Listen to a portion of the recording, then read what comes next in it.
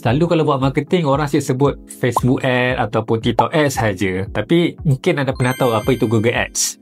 Jom hari ini saya akan share apa yang anda kena tahu pasal Google Ads.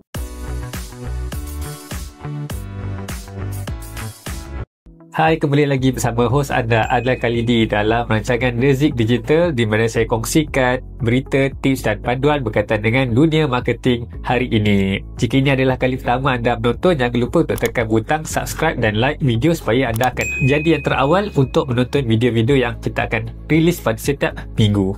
Kita balik pada topik kita pada hari ini, iaitu Facebook Ads ataupun Google Ads. Okay? So mungkin secara ringkas lah, kita tak nak sentuh pasal Facebook Ads sebab ramai orang dah tahu pasal Facebook Ads. Tapi hari ni saya akan share apa itu Google Ads. So seperti anda boleh tengok di belah kanan saya, ini adalah interface dashboard bagi Google Ads. Okay?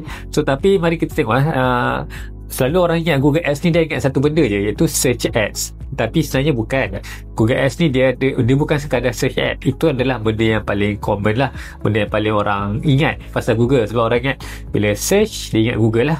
Tapi sebenarnya bukan tu saja. Google ni dia ada banyak berkaitan dengan search yang kita boleh manfaatkan, especially untuk bisnes-bisnes yang menggunakan servis ataupun yang menjual e-commerce. Ada banyak inventory produk nak jual. So saya boleh recommend Google Ads antara yang saya suka guna. So mari kita berkenalan dengan Google Ads ni. Dia ada, apakah kelebihan Google Ads kalau kita ada buat bisnes, yang especially kalau ada alamat, okay, yang ada premis, ada pejabat, ada kedai kan, ada butik. So bagaimana Google Ads boleh membantu lah. So sebelum kita go deep into that, mari kita tahu jenis-jenis campaign ataupun iklan yang kita boleh buat kat Google Ads. Okay, yang first kali ialah search. Search ads ialah bila orang buat carian kat Google. Okay, saya tak nafikan ramai orang yang dia kata dia search dekat social media, dekat TikTok atau Instagram ataupun Facebook dan sebagainya. Tapi kat Google biasanya dia ada sejenis pattern yang orang search kat Google ni, iaitu mereka ni mencari bila mereka tengah terdesak ataupun sangat perlukan servis tersebut. Okay, contohnya anda ingat tak, kalau pernah tak anda kereta anda tiba-tiba breakdown ataupun mungkin bateri tak boleh start kan, mungkin kereta tak boleh start sebab bateri problem. So biasanya anda akan mungkin akan contact someone lah kan. Tapi kalau anda tak kenal orang yang kawasan tu, contoh anda balik kampung kan, so area kampung anda tu ataupun area luar bandar, bukan dekat tempat anda biasa. So kalau tempat macam saya lah, saya duduk Kajang, so saya dah tahu dah kedai bateri mana. Tapi kalau saya dah tengah travel, saya pergi ke negeri lain kan, pergi Perak ke, pergi Melaka ke, saya mestilah nak cari bisnes yang ada berdekatan, kedai bateri yang berdekatan.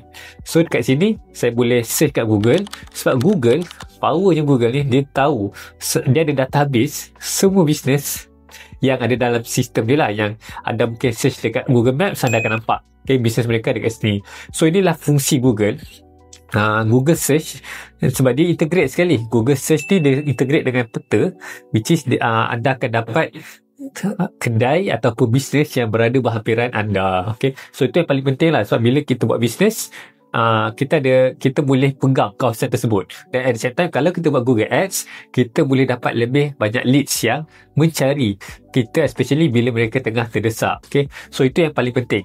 Google Search Ads, dia membantu orang cari ketika orang sangat perlukan. Okay, dia punya saat tu ataupun moment tu, itu adalah bagi saya paling penting lah. Satu, sebab memang dia ada hasrat ataupun dia ada niat nak cari servis tu, sebab dia mungkin tengah terdesak lah kan, dia perlukan seseorang ataupun syarikat yang boleh bantu dia selesaikan masalah tersebut.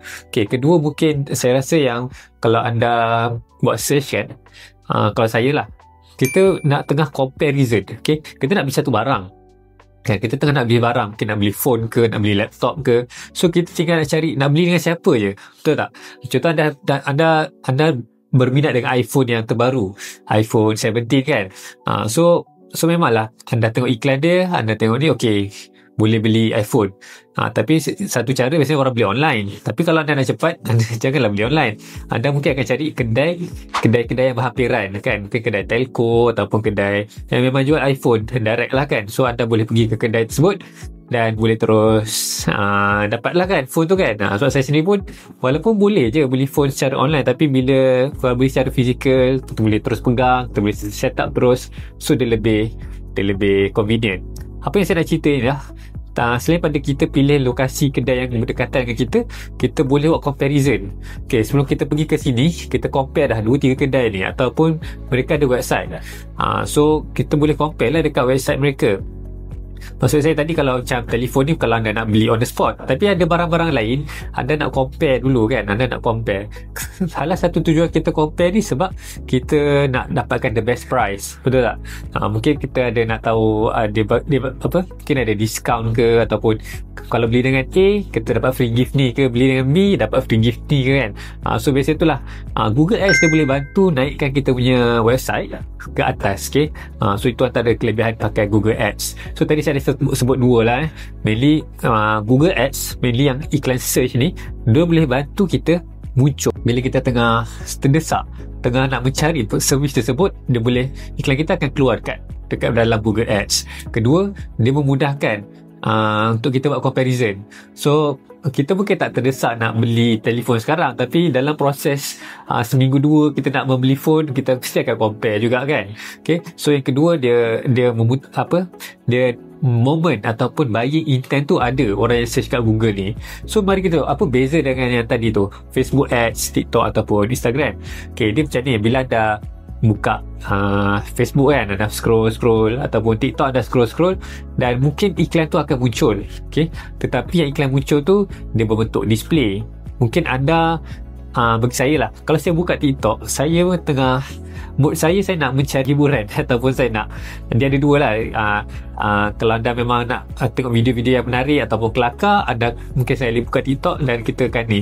Tapi tengah-tengah buka video kelakar ke apa, tiba keluar iklan, biasanya tangan saya ni laju je nak skip lah. So kita tak nak tengok iklan kan, mungkin nak terus tengok video yang kita nak tengok lah kan, video kelakar dan sebagainya. Melainkan memang kalau video tu sangat menarik, ada hook dia menarik, mungkin kita akan stop kejap kan, nak tengok iklan ni. Tapi dia dekat sama lah kat Facebook dengan IG, game tu memang beza. Kita yang user, dia bukan tengah mencari, dia tengah santai, kepala dia tak fikir sangat nak settlekan masalah, just nak nak kelakar, nak berhibur ataupun nak relax lah kan, nak tengok video-video kat TikTok ataupun Facebook, IG sebagainya lah. Okay, so itu beza dia.